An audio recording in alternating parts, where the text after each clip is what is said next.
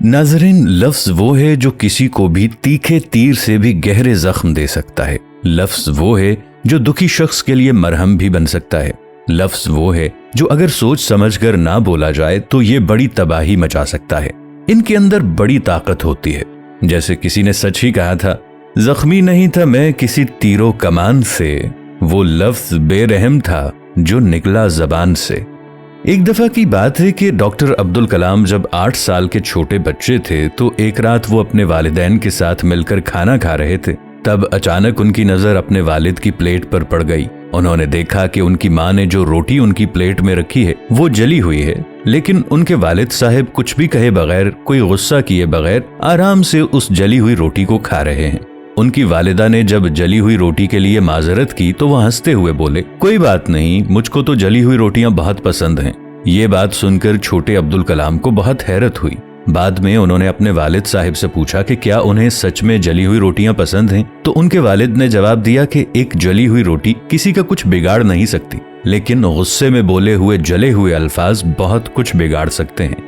नाज़रीन, ये बात सच है कि हम गुस्से में, नाराजी में कुछ ऐसे अल्फाज बोल देते हैं जो सामने वाले के दिल में कील की तरह चुभते हैं, जो बिल्कुल उस लकड़ी पर ठोंके गए कील की तरह होते हैं, जिनको अगर निकाल भी दिया जाए तो उनके सुराख, उनके निशान और उनके जख्म हमेशा के लिए मौजूद रहते हैं। इन्हें हम खत्म नहीं कर सकते।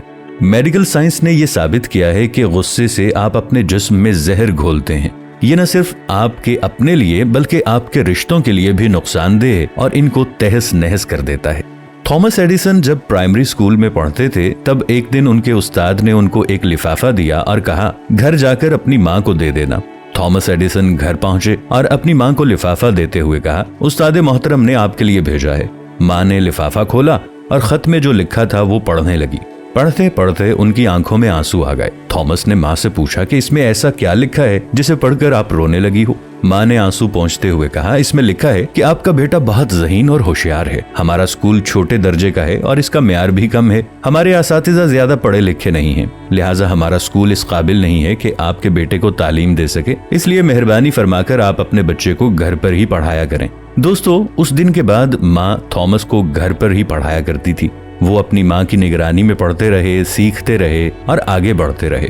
कई साल के बाद उनकी माँ का इंतकाल हो गया, मगर तब तक थॉमस एडिसन एक मशहूर साइंसदान बन चुके थे। उन्होंने इलेक्ट्रिकल बल्ब जैसी बड़ी बड़ी इजादात कर ली थी। एक दिन थॉमस अपनी पुरानी यादगार चीजों को देख रहे थे, तब अचानक उनकी नजर अलमारी के कोने में रखे एक पुराने खत पर पड़ी। वो इसे खोलकर पढ़ने लगे। ये वही खत था जो बचपन में उसके उस्ताद ने उसे दिया था। वो इसे पढ़कर बहुत हैरान हुए। इसमें लिखा था, आपका बच्चा बहुत कुंद ज़हन और नालायक है, ये पढ़ नहीं सकता, इसलिए हम इसे स्कूल से निकाल रहे हैं।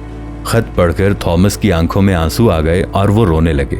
नाज़रीन, इन दोनों कहानियों के जरिए मैं ये बताना चाहता हूँ कि अल्फाज में बड़ी ताकत होती है। हमें सोच समझकर इस ताकत का इस्तेमाल करना चाहिए। बाज़ औक़ात हमारे अल्फाज किसी को बहुत गहरे जख्म दे देते हैं, जिनको भरने में बरसों लग जाते हैं। मुंह से निकला एक गलत लफ्ज दिलों में दूरियां पैदा कर देता है और सही अल्फाज से आप किसी के मुरझाए चेहरे पर मुस्कुराहट ला सकते हैं, किसी के जख्मों को भर सकते हैं। थॉमस की माँ ने सिर्फ कुछ अल्फाज का अदल बदल करके, सही अल्फाज का इस्तेमाल करके दिमागी कमजोर बच्चे को उस सदी का अजीम साइंसदान बना दिया था। इसलिए जिंदगी में कुछ नया सीखें, नया करें और नया सोचें।